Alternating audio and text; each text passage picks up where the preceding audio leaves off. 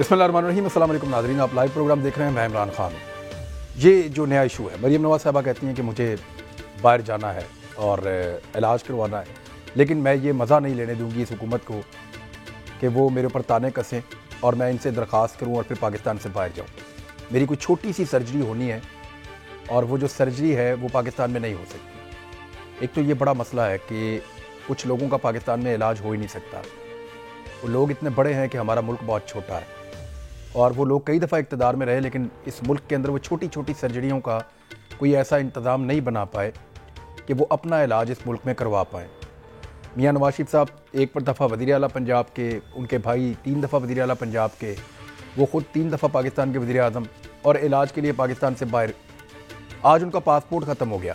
आज रात 12 बजे उनके पासपोर्ट की मियाद ख़त्म हो जाएगी और हुकूमत कह रही है कि हम उनको पासपोर्ट रिन्यू नहीं करके देंगे क्योंकि वो इश्तिहारी हैं। इश्तिहारी को हम पासपोर्ट रिन्यू नहीं करके देते, लेकिन वो वापस इसलिए नहीं आ रहे मियाँ साहब क्योंकि वो बीमार हैं और उनका इलाज पाकिस्तान में नहीं हो सकता। मरीम नवाज़ साहिबा फरमा रही हैं कि मैं भी बीमार हूँ, मेरी भी एक सर्जरी होनी है और मेरा इलाज भी पाकिस्तान में नहीं हो सकता, लेकिन मैं बाहर नहीं जाऊँगी, मेरा जीना मरना पाकिस्तान में। लेकिन ये जो जुमला है जीना मरना पाकिस्तान में है, जब मैंने उनके मुँह से ये जुमला सुना तो मुझे याद आया कि उनके वालिद मोहतरम ने कई मरतबा ये जुमला बोला कि मेरा जीना और मरना पाकिस्तान में है और पाकिस्तान के साथ है। लेकिन आज वो पाकिस्तान में नहीं है। वो अपना जीने के लिए और अपनी ज़िंदगी को बचाने के लिए इलाज के लिए इस वक्त बरतानिया में मौजूद हैं, जहाँ पे उनको ठीक इलाज मिलता है और पाकिस्तान के डॉक्टर्स, पाकिस्तान के इदारों, पाकिस्तान के अस्पतालों के अंदर वो सलाहियत नहीं है कि वो मियाँ नवाज शरीफ साहब का या उनके फैमिली के लोगों का जो है वो इलाज कर सकें। शहबाज शरीफ साहब भी बाहर से इलाज करवाते हैं, यानी बच्चे पैदा करते हो तो पाकिस्तान से बाहर नहीं। क्लास पाकिस्तान में एक ऐसी बन गई है जो पाकिस्तान को समझते ही कुछ नहीं है। इक़्तिदार के लिए मुल्क ठीक है।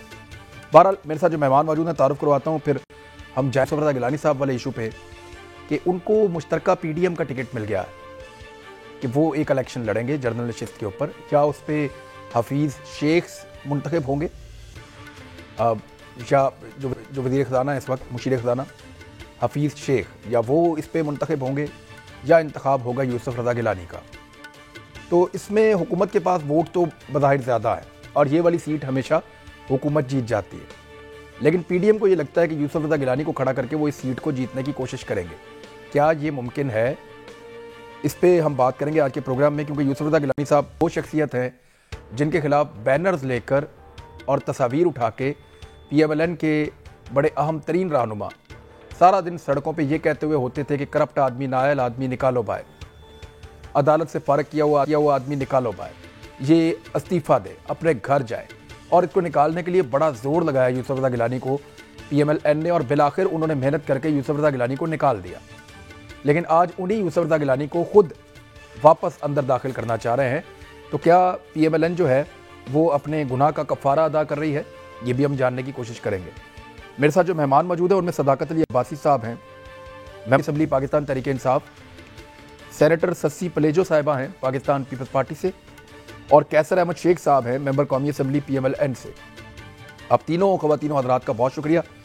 सदाकत भाई साहब, सबसे पहले आप मुझे ये बता दें कि ये बाहर जाने वाला मामला है क्या, और किसी लेवल के ऊपर मेरी इन्फॉर्मेशन के मुताबिक ये डिस्कशन हुई है जहाँ इमरान खान साहब ने गालिबन दोबारा इनकार किया है कि मैं किसी को ऐसे बाहर नहीं जाने दूंगा, और फिर मरीम नवाज़ साहब ने आज कहा मैं जाना भी नहीं चाहती, और उन्होंने पहले ही खुद ये खबर दे दी कि जनाब मुझे तो बाकायदा गवर्नमेंट चाहती है कि मैं बाहर जाऊं, लेकिन मैं ये प्लेयर इनको नहीं लेने दूंगी, इनको ये खुशी नहीं लेने दूंगी, मैं पाकिस्तान को छोड़कर बाहर नहीं जाऊंगी चाहे मैं बीमार हूँ।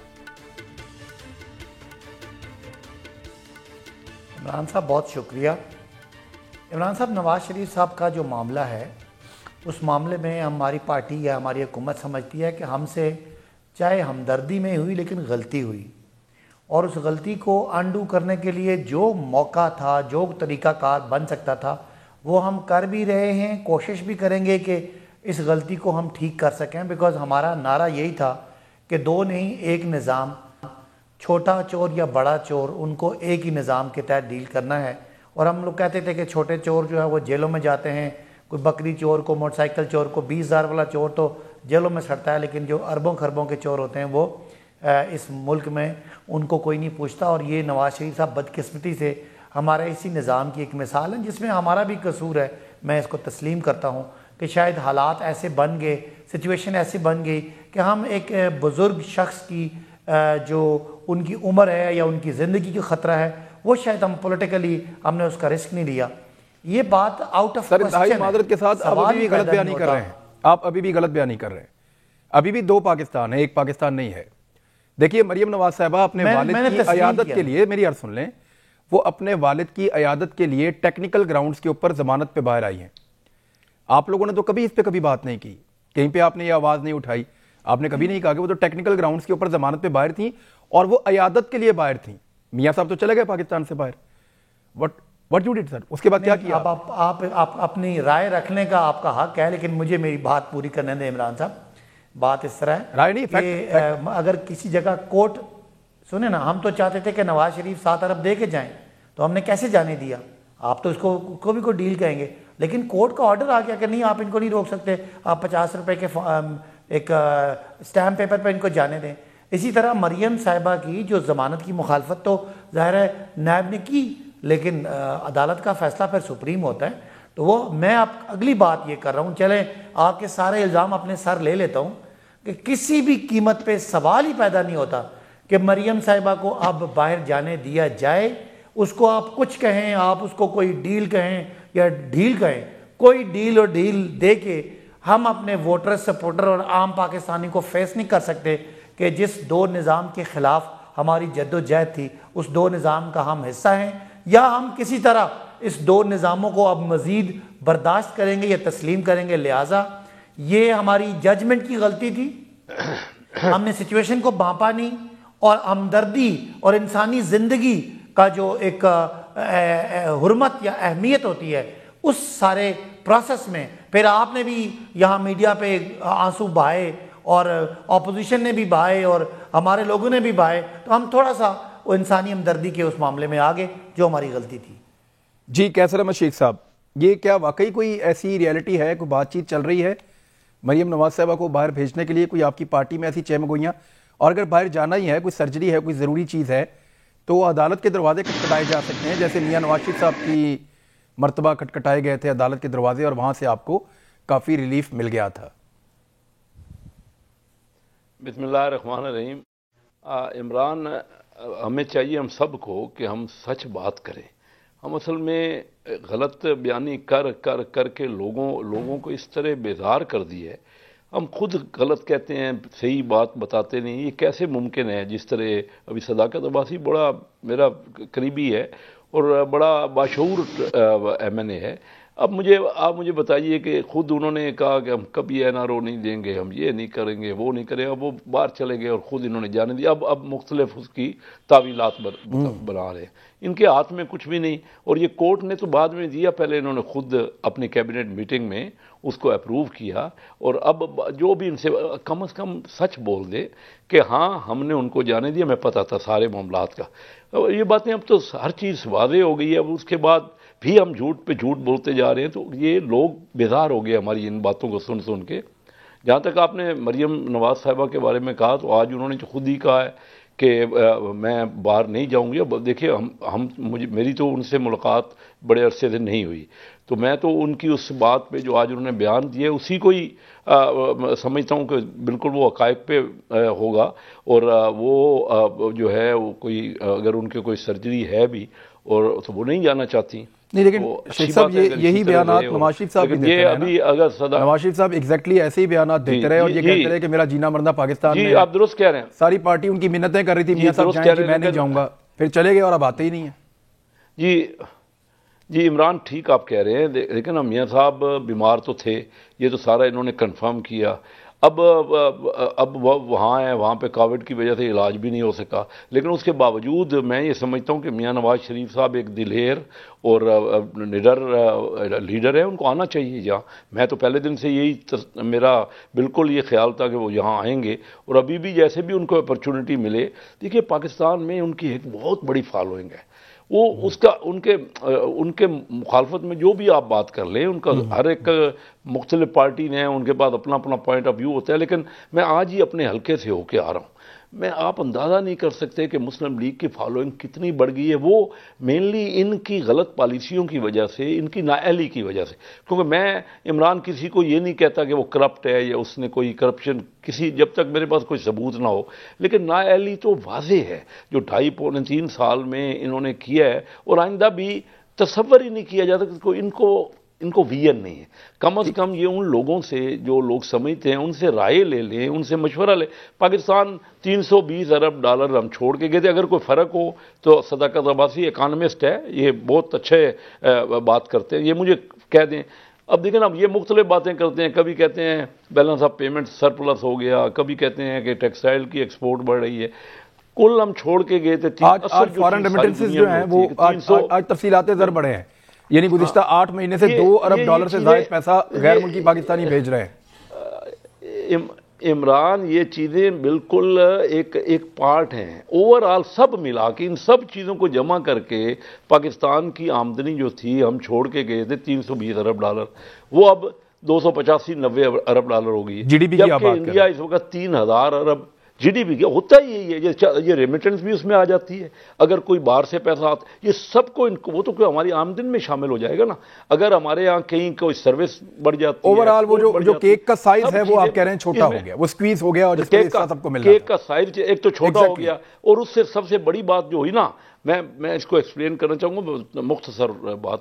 असल केक का साइज तो छोटा हो गया, क्योंकि मैं 55 साल से बिजनेस में हूँ शुरू से, और सब मार्केटों में मुझे अंदाज़ा है। लेकिन उस केक के साइज़ छोटे होने से बहुत बड़ा बेनिफिट, बड़ा टुकड़ा जो है ना, वो बड़ा जिम्मेदार, बड़ा बिजनेसमैन, और जो माफिया है, जिस तरह उन्होंने मनापली बनाई है। मैं आप छोटे आदमी का पोर्शन कम हुआ और बड़े आदमी के पोर्शन में उसने कट नहीं किया। एग्जैक्टली।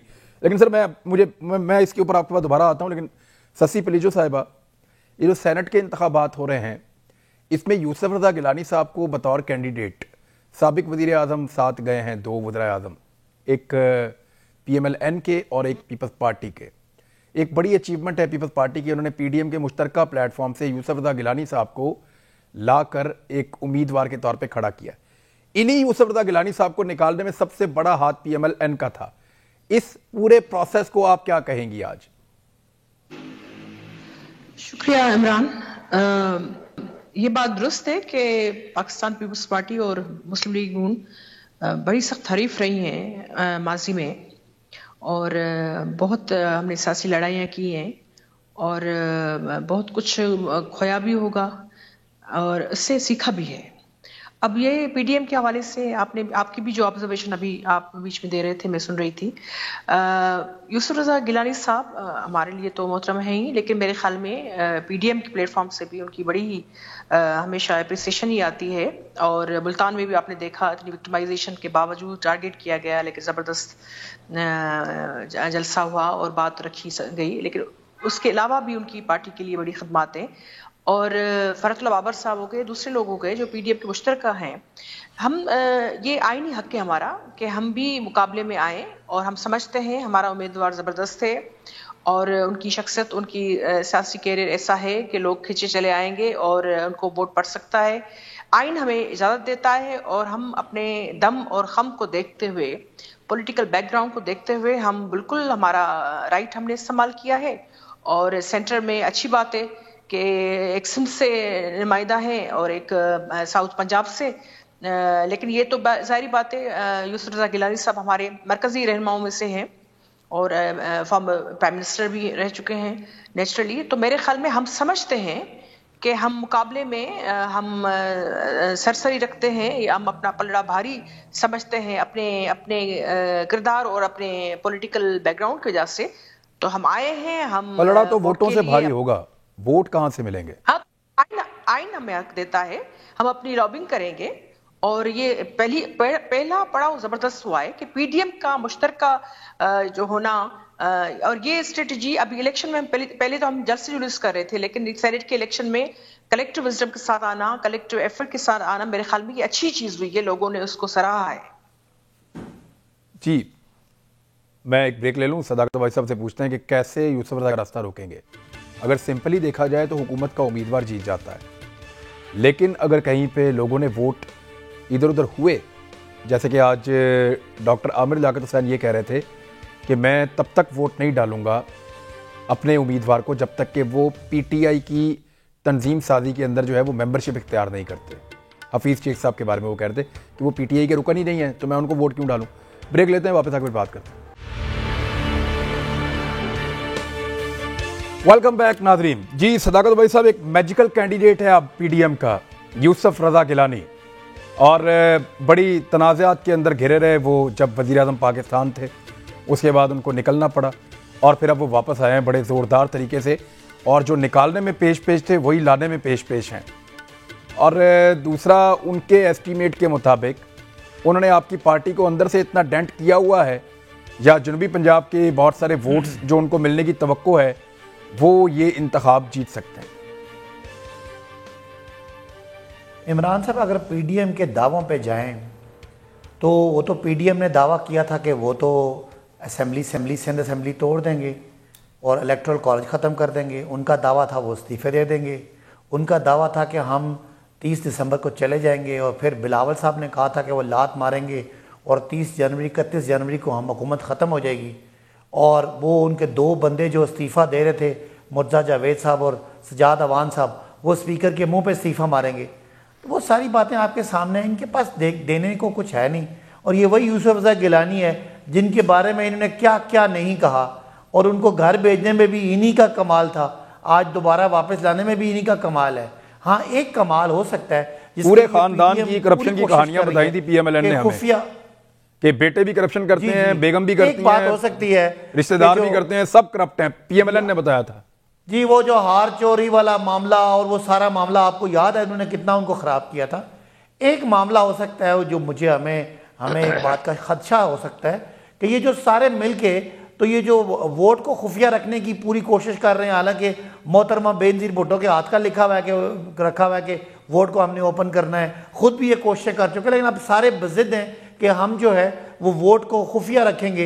हो सकता है कि चूँकि ये पैसे तो इनके पास बहुत हैं, जायज़ ना जायज़, दुनिया में हर जगह हर मुल्क में इनके पास पैसे हैं, और हैं भी गरीब आवाम के, जाली अकाउंट्स आपको पता है, मनी लॉन्ड्रिंग। तो ये एक बात हो सकती है कि ये कोशिश करें कि ये कोई ख़रीदो फरोख्त करें, लेकिन इनको बुरी तरह मुंह की खाने पड़ेगी। जैसे वो कहते हैं ना कि जिस इलाके का थानेदार अगर ठीक आ जाए तो सारे चोर इकट्ठे हो जाते हैं। इस वक्त सारे बेईमान इकट्ठे हुए हैं, लेकिन इनको पता होना चाहिए कि थानेदार इमरान खान है, इनको चोरी करने नहीं देगा, और ये उल्टा फंस जाएंगे और इनके और केसेस बन जाएंगे। इसलिए मेरा ख्याल है कि जो तादाद है, पीटीआई के लोग ज़रूर जमहूरी हैं इमरान, वो बात भी करते हैं, क्योंकि वो किसी एक भुट्टो ख़ानदान या नवाज शरीफ ख़ानदान की कोई पैरोकार नहीं है, जमहूरी पार्टी है। हम एतराज़ भी करते हैं, लड़ाई झगड़ा भी करते हैं, इख्तलाफ भी करते हैं, टिकट देते भी हैं, वापस भी ले लेते हैं, वो हमारा जमहूरी प्रोसेस है। तो ये मेरा ख्याल है इनकी खाम ख्याली है कि इमरान खान के दौर में इन्हें कोई खरीदो फरोख्त करने देगा। शशि प्रेजो साहब, आप रिस्पॉन्ड करना चाहें तो करें, फिर मैं ये कैसर शेख साहब को लेके जाऊंगा। मैं बीच में नहीं बोलना चाह रही थी, रेस्पॉन्ड ये करूंगी कि ये बुखलाहट का आलम ये, यानी खुद खैबर पख्तूनख्वा में 23 उम्मीदवार उन्होंने खड़े कर दिए हैं। यानी देखें तो आलम तो देखें, यहाँ फैसल वावड़ा जैसे जिनको उनको पता है कि उनका जो है उन्होंने गलत बयानी की है, झूठ बोला है, लटका रखा है केस, और उनको मुंह की खानी पड़ेगी, फैसला खिलाफ आएगा। और वहां भी तो चैलेंज हो सकता है कि वो अमीन और सागिद का अगर नहीं है तो साइड को जाना होगा। दूसरी चीज, और वो ये लेकर आते थे वैसे स्टूडियोज में, तो इतने कंट्रोवर्शियल लगते तो कैंडिडेट्स, हमारे कैंडिडेट्स अल्हम्दुलिल्लाह, और ये जो अपनी धमकियां दे रहे हैं पीटीआई वाले, इसकी हो गई कि ज्यादा केसेस हो जाएंगे। भाई आप कल्पियां बनना चाहते हैं, मुंसिफी आप बनना चाहते हैं, कैटेगरी आप करना चाहते हैं, तो ये भी आप करना चाहते हैं, और फैसला भी ये नहीं हो सकता। वो जमाने गए, अब किए पीछे है मेरे ख्याल में, और ये पूरा राइट है, हमारा हक है, आइन यही आइन हमें हक देता है, और हम पूरी स्ट्रेट के साथ जो है वो मैदान। मैं आपको रीडायल करता हूं, आपकी ऑडियो में प्रॉब्लम, आपको हम दोबारा सुन लेते हैं, आपका मौका लेते हैं। कैसर शेख साहब, ये कैसा टाइम आ गया पीएमएलएन पे कि जिसको निकाला और बड़ी मुश्किलों से निकाला, और जिसकी करप्शन की दास्तानें, उसके पूरे खानदान की करप्शन की दास्तानें मीडिया को सबूतों के साथ आप लोगों ने दी, आज उन्हीं को लाकर आप खुद सेनेट के अंदर बिठा रहे हैं। इसको क्या कहें कि कुफारा अदा कर रहे हैं आप अपने गुनाहों का, या अब आपको मजबूरन ये करना पड़ रहा है? दोनों में से क्या है? हाँ इमरान, आप सच कह रहे हैं। देखिए ना, जिस तरह पार्टियां आपस में, या हमारे यहाँ कोई सियासत नहीं है, दुश्मनी हो रही है। पहले होती रही पीपल पार्टी में और मुस्लिम लीग में, उस हद तक चले गए हम जहां हमें नहीं जाना चाहिए था एक दूसरे के खिलाफ। सियासत में पॉलिसी पे इख्तलाफ होता है। अब आजकल पीटीआई और ये जो पीटीआई वाले कर रहे हैं, हम हर एक को चोर डाकू और ये मुजरिम, तो मेरा मतलब ये सियासत से अभी हमें निकल जाना चाहिए। हमें समझ जो आई, आप दुरुस्त कह रहे हैं, आज पीपल पार्टी और मुस्लिम लीग मिल के बैठे हैं और पिछली जब बातें आप उनको याद दिलाते हैं तो हमें शर्मिंदगी होती है ना। और इसी तरह सदाकत अब्बासी नहीं सर, नहीं ये सर शर्मिंदा होने वाली बात नहीं है। देखिए आपने फैक्ट शेयर किए थे, आप लोगों ने कोई झूठ नहीं बोला था। यूसुफ रज़ा गिलानी साहब के बारे में, उनके केसेस के बारे में आप हमें फैक्ट्स बताते थे। क्या आपका मौके बदल गया? आपको लगता है कि वो जो चीजें करप्शन थी कल, वो अब नहीं है, अब वो अच्छे इंसान बन गए हैं? नहीं, वो बातें तो अपनी जगह पे रिकॉर्ड का हिस्सा हैं। मैं सिर्फ ये कह रहा हूँ फैक्ट्स हमें ज़रूर बताने चाहिए, लेकिन उसका अंदाज जो है जिस तरह हम कर रहे हैं, जैसे कि पता नहीं कोई एक दूसरे के साथ हमने क्या बदले लेने हैं। देखिए फैक्ट्स जो बताते थे वो तो सारी चीज़ें सबके पास सामने हैं, आज वो मुश्तरका हमारे कैंडिडेट हैं। तो सियासत में ये चेंजेस तो आती हैं, लेकिन इसको इस तरह तशद्दुद के साथ, आज देखिए ना, मैं आज का बताऊंगा, हम जो कर रहे हैं, जो कुछ पार्लियामेंट में हो रहा है, या जो अब जो पीटीआई ने जिस तरह मियाँ साहब को जो बाहर गए उसके ऊपर गलत बयानी कर रहे हैं, तो जब तक सच, लोग अब सच समझ गए हैं। हम सिर्फ लीडरों के लिए इस मीडिया पे झूठ बोल रहे हैं। हम सबको अपने अपने दायरे में, अगर पाकिस्तान को आगे बढ़ाना है ना, तो हमें सच की बात करना पड़ेगी। हमें बताना पड़ेगा कि हम कितना पीछे रह गए, दुनिया कितना आगे चली गई और हमसे कुछ नहीं हो पा रहा। हमारी ये देखिए ना जमहूरियत, हम कहते थे कि 5-5 साल में अगर पार्टियों को मिलेंगे और तसलसल रहेगा तो बेहतरी आएगी। देखिए मैं तो आपको कह रहा हूँ कि 1990 में, एक बात मेरी इमरान सुने ना, 1990 में इंडिया हमसे 4 गुना था, आज इंडिया हमसे 10.5 गुना हो गया। इन 30 सालों में तमाम लोगों को, तमाम पार्टियों को मौका मिला, उसमें फौजी हुकूमतें भी आईं, काफ लीग भी आई, पीटीआई भी आई, मुस्लिम लीग भी बनी, पीटीआई भी अब हुकूमत कर रही है। हम क्यों नहीं बताते कि हम लोगों की बात तो कर नहीं रहे, हम नहीं दे रहे, लोगों को फैसिलिटेट नहीं कर रहे, हम बहुत नीचे चले गए। हर जो चीज़ आती है उसमें हमारा दर्जा दुनिया के 170-80वें मुल्क में आ जाता है। तो लेकिन हम मानने को तैयार नहीं है जब तक हम सब मिल के नहीं बैठेंगे। पहले दिन से चार्टर ऑफ इकॉनमी की बात करते थे, मैंने कहा शुरू से ही, अभी भी उसके बगैर मिल के सिर्फ ये अखलाकी तौर पे भी और मईशत के तौर पे हमने अगर मुल्क को आगे नहीं, तो इस तरह तो देखे ना, कोई जीत जाएगा कोई हार जाएगा और एक गलत बयानी आपस में जारी रहेगी। ओ भाई, हम कोई दुश्मन नहीं हैं, हम एक ही मुल्क के मुख्तलिफ इलेक्टेड लोग हैं। अगर कोई गलत है, अदालतें उनके खिलाफ फैसला करें। ये लीडर का काम नहीं है कि वो चोर डाकू वसूल, तो कुछ भी नहीं हुआ, अदालतों का काम है ना, अदालतों को इतना मौका दे। ये इतना जो रोज़ मीडिया पे हम डिटेल से बात भी करते हैं, और फिर अगर लोगों को अब सब सच का पता लग गया है, लोगों को अंदाज़ा है, हमें चाहिए कि हम अभी भी मौका है, हम अपने सब मुल्क के लिए, लोगों के लिए। अब मैंने आपसे बात कर रहा था ना कि केक का साइज छोटा तो हो गया, लेकिन उसका बड़ा जो टुकड़ा है ना, वो अमीर आदमी को मिला है, मेरे जैसे, हम जैसे बिजनेसमैनों को, जो बड़े बिजनेसमैन हैं, जो इंडस्ट्रियलिस्ट हैं, जो बड़े जिम्मेदार हैं। छोटा काश्तकार, एसएमई को कुछ नहीं हमने दिया इंडिया में, और बड़ा आदमी आगे शेयर करने को तैयार भी नहीं, कर्जा मिलता है। ठीक है, और हाँ जी, और वो मतलब मैं इमरान एक फिक्रा सुन लीजिए। इंडिया में या बांग्लादेश में, इंडिया में कर्जा जो टोटल कर्जा है उसका 25% एसएमई, स्मॉल और मीडियम साइज को मिलता है, इंटरप्राइज को कर्जा मिलता है। बांग्लादेश में 18% मिलता है। हमारे कुल कर्जे का, ये स्टेट बैंक की फिगर है जो मैं आपको दे रहा हूं, हमारे 100 में से कुल कर्जे का 7%, 7% जो लाखों लोग हैं, जो 90% हमारा बिजनेस है वो एसएमई पे मुंसलिक है, उसको सिर्फ 7% कर्जा मिलता है। और 93% कर्जा उन बंदों, उन थोड़े से चंद जो बड़े बड़े इंडस्ट्रियलिस्ट हैं उनको मिलता है। जो अच्छा एक्सपोर्ट, ये कहते हैं ना, एक्सपोर्ट बढ़ गई, दूसरी तरफ से काटन की इंपोर्ट बढ़ गई। टेक्सटाइल की अगर एक्सपोर्ट बढ़ी है और काटन की इंपोर्ट, काटन हुई नहीं हमारे यहाँ, हम सारी काटन इंपोर्ट कर रहे हैं। अब क्यों नहीं बोलते? सदाकत अवादी बड़े समझदार आदमी हैं, ये मुझे सुनाते रहे, हम ये शेख साहब, ये मामला बड़ा सीरियस है, देखिए, और ये लगातार हो रहा है। बैलेंस ऑफ पेमेंट अच्छा हो गया। अब बैलेंस ऑफ पेमेंट क्या हुआ? कैसा पेमेंट क्या हुआ? शेख साहब, ये जो कॉटन वाला मामला है ना, ये जो कॉटन वाला मामला है, ये शुगर माफिया उसके लिए रिस्पॉन्सिबल है। शुगर माफिया और हुकूमतों की नाकस प्लानिंग है जी, हर हुकूमतों की नाकस प्लानिंग। शुगर तो नहीं है ना, मैं तो हर फैक्टर नहीं जी नहीं, ये टैक्स ही इनडायरेक्ट लगाया हुआ है सारा, डायरेक्ट टैक्स ही नहीं। अमीर आदमी पे टैक्स लगना चाहिए, अगर हम टैक्स नहीं लगाएंगे। सर आप कह रहे हैं शुगर माफिया का भी कसूर नहीं है, आप कह रहे हैं कि गवर्नमेंट की पॉलिसी का भी कसूर नहीं है, तो ये कसूर किसका? किसान का है जो नहीं लगा रहा कपास। सर गवर्नमेंट पॉलिसी देगी तो किसान लगाएगा ना।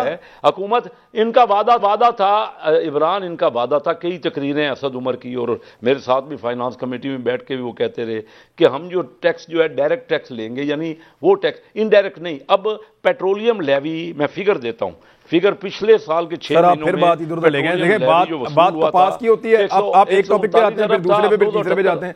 सर देखें, मैं एक टॉपिक पे बात करेंगे ना, हम उस बात कर रहे होते हैं, आप आगे चले जाते हैं, वहां बात करते हैं, आप और आगे चले जाते हैं। मेरे ख्याल में ब्रेक ले लेते हैं, ब्रेक के बाद जो टॉपिक है नहीं वापस आते हैं, ब्रेक के बाद करते हैं, एक ब्रेक लें, वापस आ रहे हैं। वेलकम बैक नाजरीन। ससी बलेजो साहबा, ये तो फिर एक टेस्ट केस हो गया आपके लिए। अगर आपने खुफिया राय शुमारी में अपना सेनेटर कामयाब करवा लिया वहां ऐवान के अंदर, तो फिर आप अगर इमरान खान साहब के खिलाफ तहरीक अदम एतमाद लेकर आते हैं तो वहां आपकी कामयाबी के कुछ इम्कानात बनते हैं। लेकिन अगर आप अपना सेनेटर मुंतखब ना करवा पाए खुफिया राय शुमारी में, तो फिर इमरान खान साहब के खिलाफ तहरीक अदम एतमाद पे एक बड़ा सवालिया निशान लग जाएगा। इमरान, मैं इसको इस तरह देखती हूँ कि राय कोई भी आप इस हवाले से दे सकते हैं, लेकिन हम पुरुमीद होकर मैदान में आए हैं और क्योंकि हम समझते हैं और हमें यकीन है कि हमारे कैंडिडेट की कदर भी है ज़माने में, सोशली भी, पॉलिटिकली भी, और पीछे बैक भी पॉलिटिकली ज़बरदस्त है, 10 जमायतों का साथ है, और मोरली भी उनकी एक तरह से विक्ट्री हो चुकी है। ज़बरदस्त फोर्सफुल एक कम बैक है मोहतरम यूसुफ रजा गिलानी साहब का, और ज्वाइंट कैंडिडेट होना ही बहुत मेरे ख्याल में हमें बहुत अच्छा लग रहा है। हम समझते हैं कि ये जो सियासी जंग है और जो अदम तशद्दुद के साथ हम बढ़ रहे हैं पीडीएम के प्लेटफॉर्म से, इसके समझो 3 हिस्से हम जीत चुके। इसमें देखें, हम ऐसे तो नहीं आए हैं, तो जाहिर बात है हम भरपूर कोशिश करेंगे, उम्मीद भी हमें, लेकिन अब उसके बाद जो अदम तशद्दुद अदम एतमाद के हवाले से जो तहरीक की आपने बात की, इसको अब आप कैसे भी देख लें, लेकिन मैं समझती हूँ कि इस वक्त भी जो नेशनल असेंबली में आप सिंपल तरीके से ही कोई नजरसानी कर ले तो ये खो चुके हैं, एतमाद भी खो चुके हैं, क्योंकि उनके जो मेंबर्स जो खुलकर भी सामने आ रहे हैं और उनके इत्तेहादी जो उनसे खुश नहीं हैं, और जो उनका जो अददी हवाले से भी मॉरली तो पहले ही ये अपने खो चुके थे, लेकिन अददी लिहाज से भी पीटीआई की जो है बहुत बड़ा डेंट पड़ चुका है पॉलिटिकली। कोई हम गैर आईनी चीज नहीं कह रहे, अभी भी मुबस्सर देख लें और कर लें। और ये जो अब ये प्रोसेस है, ये जैसे जैसे हम आगे बढ़ेंगे तो चीजें ज्यादा जो है इनकी पीटीआई के भाइयों की आंखों पर पट्टी बंधी हुई है। अभी वो पॉलिटिकल लोग तो लगते ही नहीं है मुझे, मेजॉरिटी, मैं सबकी बात नहीं करती, अजीब से लोग खड़े कर दिए इलेक्शन में, अजीब सी मुंतक है। और पीडीएम की अभी हमारे भाई उनकी चॉइस है, अभी आपकी चॉइस, आपकी उनकी चॉइस, उनकी नहीं देख, ओवर कॉन्फिडेंस देख लेना। अभी हमारे भाई सदाकत साहब कह रहे थे कि इनके केसेस और हो जाएंगे। ये जो मेरे पहले बात कट गई थी वो मैं यही कह रही थी कि ये कैसे कह सकते हैं केसेस और हो जाएंगे।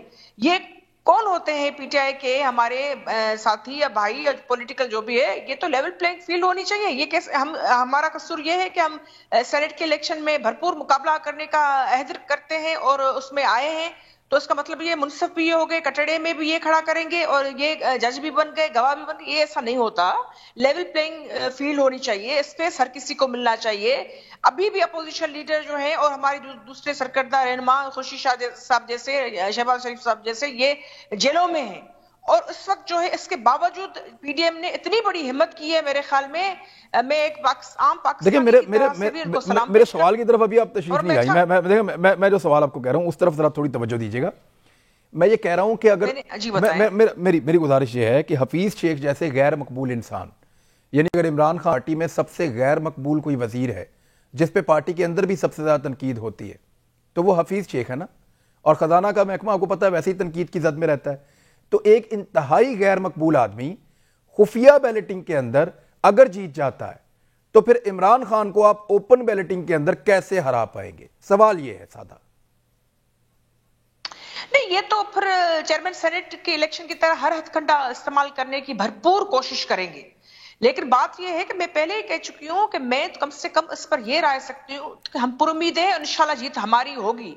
हफीज शेख साहब से कोई जाती दुश्मनी नहीं है, लेकिन वो सियासी नहीं है, वो हमारे भी कैबिनेट में हिस्सा थे और हम भी उनको जो है इस तरह से वो लेकर आए थे। अब वही जो खान साहब कहते थे कि इनके लोग, उनके मोहरे हम नहीं करेंगे, नहीं लेकर आएंगे, तो ये तो वो हर चीज वो कह रहे हैं जिनकी नफी उन्होंने माजी में की, अपने मैनिफेस्टो से हट गए। ये सारा कुछ तो सारे कर रहे हैं, इमरान खान भी कर रहे हैं, नवाज शरीफ भी कर रहे हैं, जरदारी साहब भी कर रहे हैं, they are all doing this.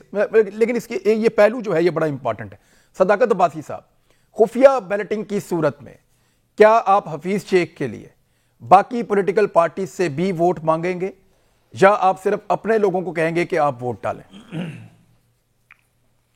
Imran, पहले तो इन्होंने एक जुमला बोला, इनको हमारे कैंडिडेट्स इनको पसंद नहीं आए। तो हमारा पंजाब के 3 हिस्से हैं, नॉर्थ पंजाब यानी शुमाली पंजाब, जनूबी पंजाब और वस्ती पंजाब। शुमाली पंजाब से सैफुल्लाह नियाजी हैं जो इमरान खान साहब के साथ पहले दिन से पार्टी के हैं और इस वक्त वो पार्टी के चीफ ऑर्गेनाइजर हैं, उनको सेनेट का टिकट मिला। सेंट्रल पंजाब से आप सब जानते हैं एजाज चौधरी जो हमारे पंजाब के प्रेसिडेंट रहे, उनको टिकट मिला। और साउथ पंजाब यानी जनूबी पंजाब से हमारे ओन अब्बास बप्पी हैं जो बहुत सारे ओहदों पर रहे हैं और इस वक्त बैतुल माल के चेयरमैन हैं, उनको टिकट मिला।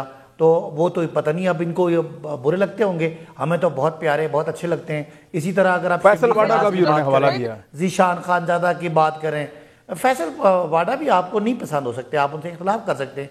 हमारी पार्टी का वो बड़ा जबरदस्त, आपकी पार्टी के अंदर भी प्रॉब्लम बना हुआ है, उनका वो अकेला नहीं है ना।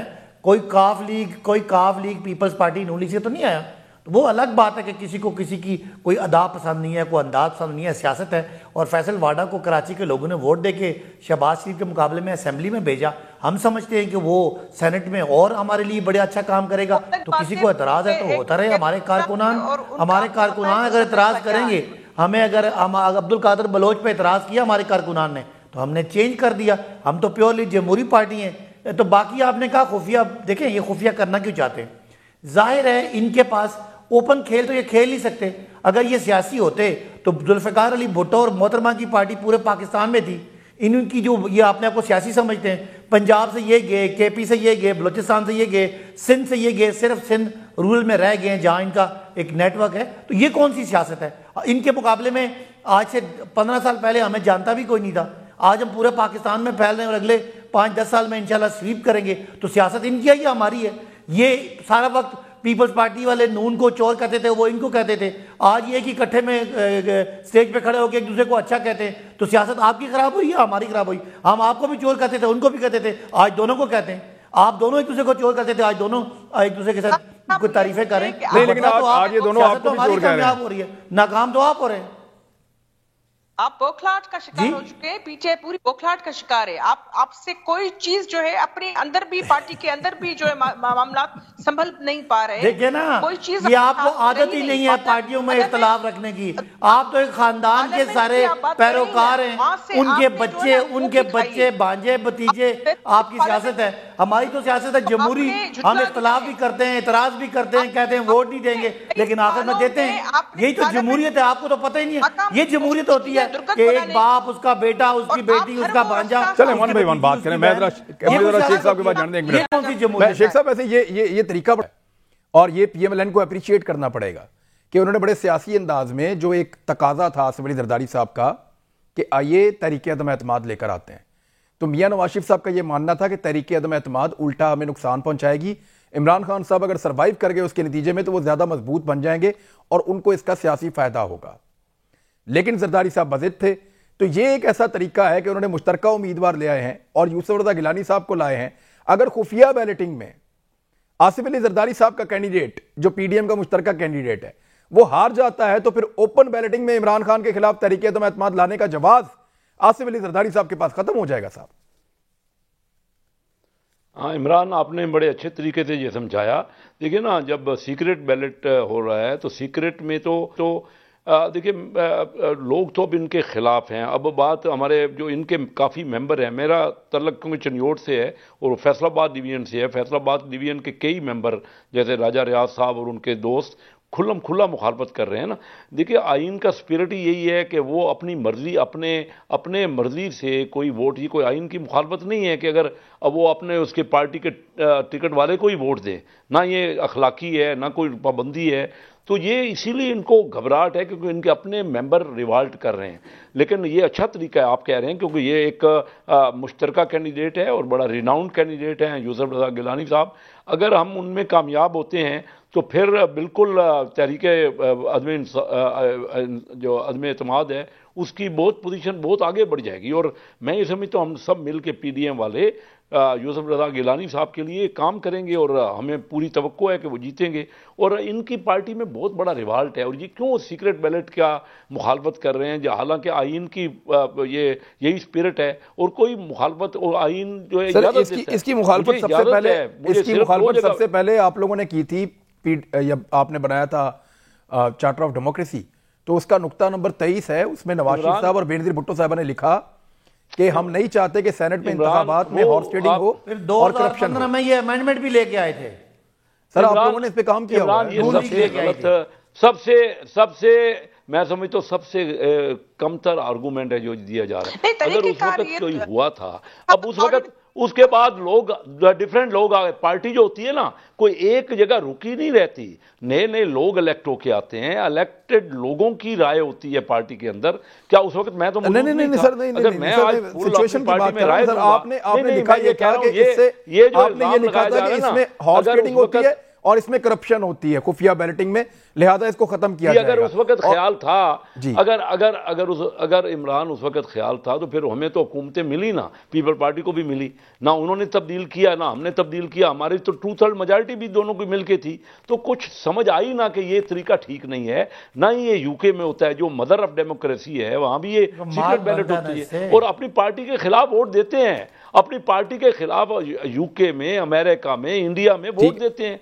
जो बेनजीर भुट्टो साहब ने सोचा, मैं समझता हूं, और जो नवाज शरीफ साहब ने सोचा उस वक्त वो गलत था। जो बेनजीर साहबा ने और नवाज शरीफ साहब ने फैसला किया वो गलत था और वो कुछ और उनके दिमाग में चल रहा था। आज के हालात तकाजा ये करते हैं कि सीक्रेट बैलेटिंग हो।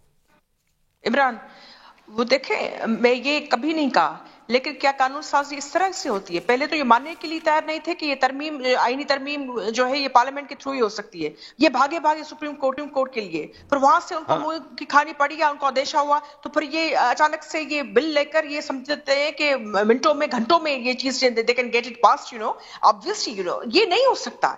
इस तरह की ये इनके मनपसंद इंटरेस्ट को सर्व करने के लिए पार्लियामेंट को इस्तेमाल करेंगे।